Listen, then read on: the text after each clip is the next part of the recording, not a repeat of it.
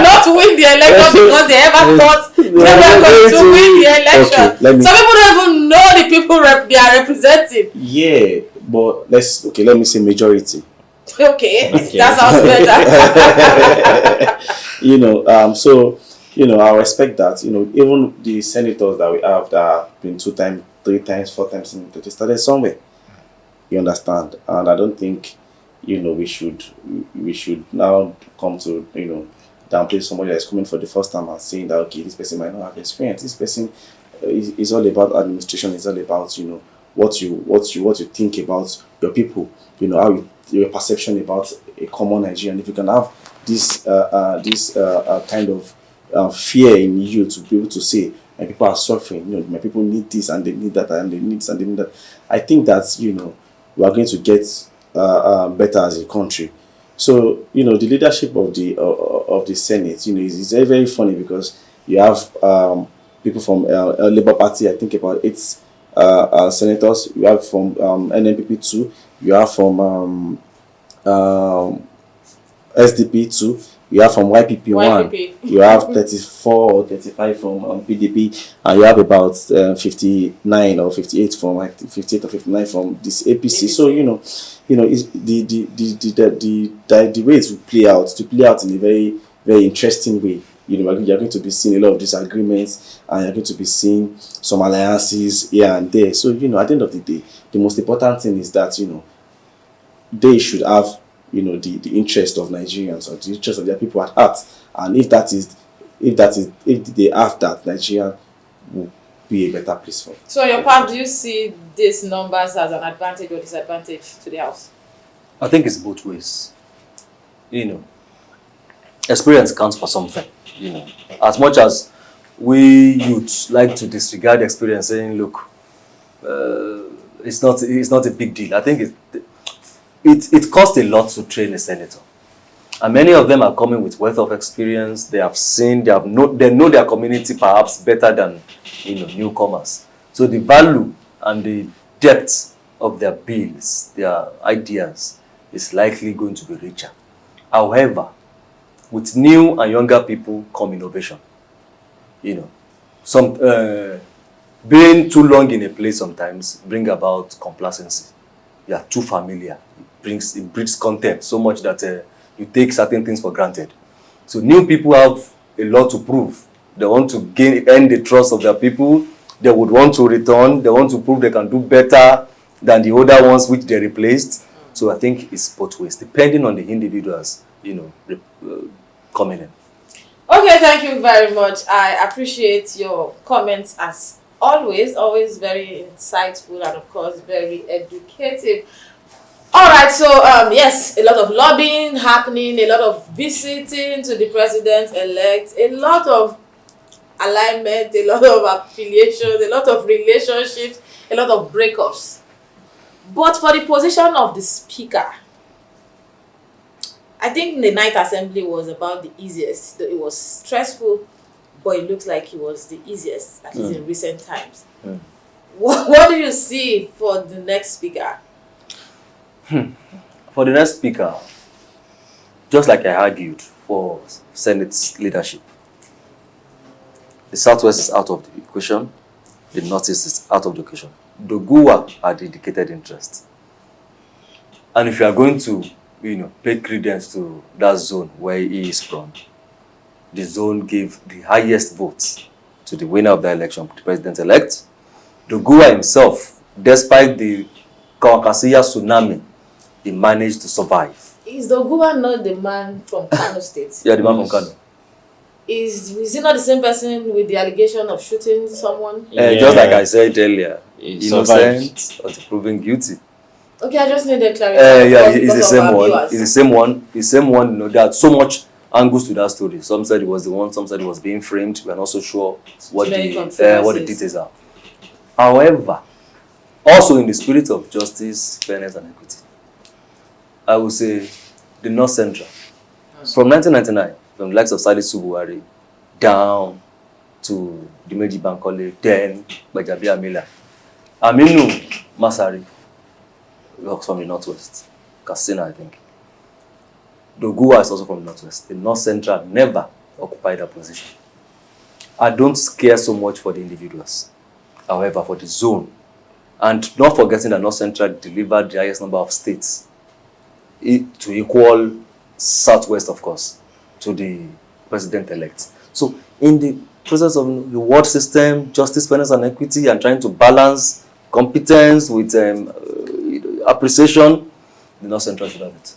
So, on your part? Yeah, I also am of the opinion that I want to go with the North Central, based on the number of states, that they contributed in the victory of, the president-elect. I think that, and they've not done it before. So I think it will be fair, to get somebody, from that region, especially because I always believe that no matter the region, you have competent hands everywhere. You understand? So I think that I want to go with the North, Central. Yes, I think I'm going to align with their submission in the spirit. Now, not fund government inside this show. No, I think I'm also going to, aside from supporting the North Central, I'm going to streamline my support to also the current Deputy Speaker, Idris Wase. He has been a loyalist, party loyalist. And remember, I was also in the race with Bajabi Abela the last time, and because of fairness, justice, and equity, stepped down for him. I think it should be, so kind of a sort of reward for his patience. If you notice too, Bajabi Abela too was patient for his time. If you recall about when he contested with likes of Dogara and all of that. So I think Idris Wase should be. I'm appealing right now. How much are you paid? Seriously, I do. Kind of a gentle politician, so just doing his thing, low key and all of that. And I think from also the state he comes from, Plateau State. I think for that leadership at that level, we need level-headedness. Yes, those that are calm and that character. But Doguwa is my guy. He's always giving me that cruise, that vibe. I still read it in the news that said that his ability to have so many wives and children makes him capable and competent that he can manage the human resources. so he's that guy, honestly, to be honest, and probably we should be considered the deputy speaker. But it is what I say for me should be given a green light to occupy that position. So are we saying, or are you guys saying, because I'm not part of you guys, are you guys saying that the Senate presidency can go to the southeast or south-south, and the speaker? No, the Senate presidency must not go to southeast. Why? Okay, By so humble opinion. Okay. Humble opinion. If it should go to the southeast, I think I'm rooting for Izunazo. For me, Okay. I'm rooting for What we should Izunazo. do is south-south for Senate presidency, northwest for deputy Senate president, north central for speaker, southeast for deputy speakership, and that's APC being liberal.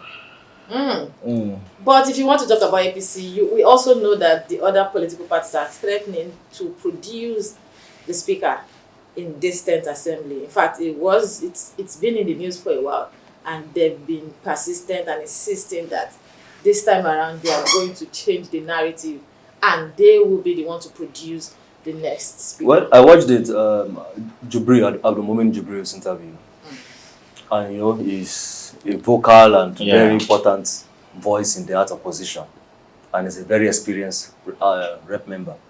He said such is not possible. That the worst that can happen is the opposition voting for someone who is not the candidate of the party, but in the party, APC, just like 2015. They will vote for somebody that may not enjoy the support of his party, but he's part of the ruling party. So that is possible. But having to pick a speaker from the opposition is unlikely. So even if they come together, no, it's unlikely. They can only come together to sponsor somebody. what if they come together and they have some aggrieved party members in the APC that choose to support them? Just maybe. Yeah, that's possible. That would be interesting. I was speaking about the Senate presidency, right? No, this is Speakership. Speakership. Oh, okay. Well, The speaker. To be honest with you, I think Joe has said it all. That's fairness. That's fairness.